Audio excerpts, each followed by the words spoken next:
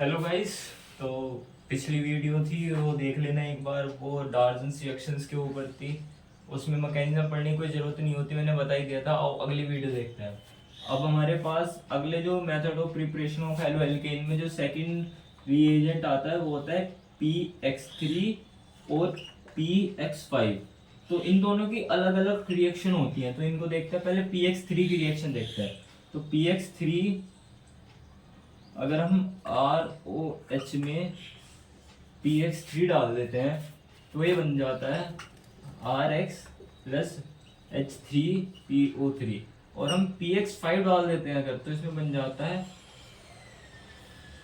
इसके नीचे लिख देते हैं हम ROH प्लस PX5। अगर हम ये डाल देते हैं तो इसमें बन जाता है RX प्लस POX3 और HX। ठीक है, इसमें ये दो बनते हैं। तो गाइज मैं आपको पहले बता सकता हूँ, अगर हमें इन दोनों रिएक्शंस में डिफरेंस देखने को मांगे तो हमें ये दोनों लिखने हैं, वरना अगर आप इसको स्किप भी कर दोगे तब भी कोई दिक्कत नहीं है। अगर सिंपल सिंपल मांगे कोई दिक्कत नहीं आती। इसमें क्वेश्चन देख लेते हैं, जैसे कि हम C2H5OH में अगर हम डाल दें आपका PX3। देखो ये लिखने की ज़रूरत नहीं है अगर हम ऐसे लिख रहे हैं। तो अब हम लिख देंगे C2H5Cl। अगर हम HCl ले लें अगर यहाँ पे, तो ये बन जाएगी। वही हम C2H5OH में PX5 डाल दें तो भी हम लिख सकते हैं C2H5। अगर हम XB में Cl ले लें तो Cl। ठीक है भाई। अगर हमसे पूछता कि इन दोनों C2H5 में एक बार PX डालो और C2H5OH में एक बार PX5 डालो, तो इसमें डिफरेंस क्या क्या होगा। तो बस इसमें और कुछ डिफरेंस नहीं होगा। X की जगह जब हम Cl ले लेंगे तो इसमें हम डिफरेंस में ये लिख देंगे कि पहला डिफरेंस तो यही होगा कि इसमें बनेगा RX और दूसरी रिएक्शन में इसमें भी बनेगा RX। ठीक है। अब इसमें पूछता है कि डिफरेंस बताओ। अगर हम यहाँ HCl ले लें देन डिफरेंस ये लिखेंगे कि तो पहली रिएक्शन में जो बनेगा यहाँ बनेगा H3PO3, बल्कि जो सेकंड रिएक्शन में बनेगा वो बनेगा POCl3 प्लस HCl। तो यहाँ हम एसिड रिलीज कर देते हैं। ठीक है गाइस। तो मेन तो यही होती है। अब अगली रिएक्शन हम जो एल्कोहल की पढ़ेंगे तो उसका हम पूरा मैकेनिज्म देखेंगे जब हम ZnCl3 और HCl के साथ देखेंगे। तो आइए उसको देख लेते हैं एक बार हम। तो आइए गाइस हम देखते हैं फ्रॉम एल्कोहल में हमने पहले 3 रिएक्शन पढ़ चुके हैं। पहली डार्जन्स रिएक्शंस, ठीक है, दूसरी हमारी आ जाएगी PX3 और तीसरी PX5 के साथ। तो अब हम देखने वाले हैं एक बार इनका मैकेनिज्म देख लेते हैं। रिएक्शन विद HX और HCl में एक बार रिएक्शन देख लेते हैं। तो हम इसमें देखते हैं कि ये हमारी रिएक्शन होती है ROH HX RX plus H2O। ये हम बनाते हैं रीअरेंजमेंट के बाद। तो इसका हम मैकेनिज्म देख लेते हैं। तो मैकेनिज्म में एक बार देखते हैं कि जो HX होता है वो किस किस के बीच में टूटता है। तो ये जब बॉन्ड तोड़ेगा, देखो जहाँ टेल होता है वहां तो आता है पॉजिटिव चार्ज, और जहाँ हेड होता है वहां आता है नेगेटिव चार्ज।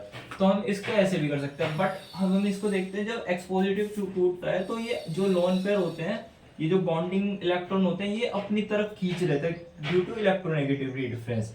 और यहाँ पे आ जाता है H positive plus X negative. तो अब हम देखते हैं कि जो H पॉजिटिव होता है वो इलेक्ट्रोफाइल का काम करता है और जो X नेगेटिव होता है वो न्यूक्लियोफाइल का। जैसे कि आपको पता है जो नेगेटिव चार्ज होता है वो न्यूक्लियोफाइल होता है और जो पॉजिटिव होता है वो इलेक्ट्रोफाइल होता है। तो ये इलेक्ट्रॉन का भूखा है और ये प्रोटॉन का भूखा है। जो प्रोटॉन का भूखा होता है उसको न्यूक्लियोफाइल कहते हैं, जो इलेक्ट्रॉन का भूखा होता है उसको इलेक्ट्रोफाइल। तो उसमें पॉजिटिव चार्ज आता है। तो हमारा पहला स्टेप तो यही हो गया। अब हम देखते हैं प्रोटोनेशन करना। तो जो इसमें 3 स्टेप में होता है, प्रोटोनेशन, रिमूवल ऑफ H2 और अटैक ऑफ X नेगेटिव और आपका न्यूक्लियोफाइल। तो अब हम पहला देखते हैं प्रोटोनेशन में। अगर हम ROH में H पॉजिटिव डाल देंगे, H पॉजिटिव ये इलेक्ट्रोफाइल का काम कर रहा है जैसे हमने देखा, और ये ऑक्सीजन जो है ये करता है आपका न्यूक्लियोफाइल का काम, क्योंकि इस पे होता है लोन पेयर, जैसे कि एक्स पे भी लोन पेयर होते हैं, तो ये भी न्यूक्लियोफाइल का काम करता है। तो अब हम देखते हैं ये इलेक्ट्रोफाइल का काम करेगा, तो ये कैसे कैसे टूटता है, तो ये टूटेगा guys R O H H और पॉजिटिव। पता है कैसे आया ये, क्योंकि जब हम एक ऑक्सीजन ऐड करेंगे तो इसकी टेंडेंसी तो होती है दो बॉन्ड बनाने की, बट अब बॉन्ड कितने बनने हैं, 3। तो यहाँ पे पॉजिटिव चार्ज आके तो एक बॉन्ड बन जाएगा, ये आप समझ गए। अब हमारा जो सेकंड स्टेप होगा ये तो होगा प्रोटोनेशन। जो सेकंड स्टेप होता है वो रिमूवल ऑफ ऑक्सीजन का होता है। तो जो रिमूवल ऑफ ऑक्सीजन होगा उसमें तो प्रोटोनेशन नोट कर ही लिया होगा आपने, हालांकि नोट ना करो, मैं तो सिर्फ एक ये रिवीजन के तौर पे आपको बता रहा हूँ पूरे पूरा कि एकदम आपके दिमाग में सेट हो जाएगा अगर आप इसको एक बार पेन पेपर लेके मेरे तरीके से करेंगे। तो अब हम रिमूवल ऑफ H2O अगर करेंगे तो क्या लगा, R H पॉजिटिव। जब हम यहाँ से H2O निकालेंगे तो यहाँ बचेगा R पॉजिटिव प्लस H2O। तो देखो H2O कहाँ से आया था, ये H2O removal of oxygen water के स्टेप से आया। अब जो अगला स्टेप होगा वो होगा आपका अटैकिंग ऑफ X नेगेटिव, यानी कि न्यूक्लियोफाइल का अटैक। तो थर्ड स्टेप होगा अटैक ऑफ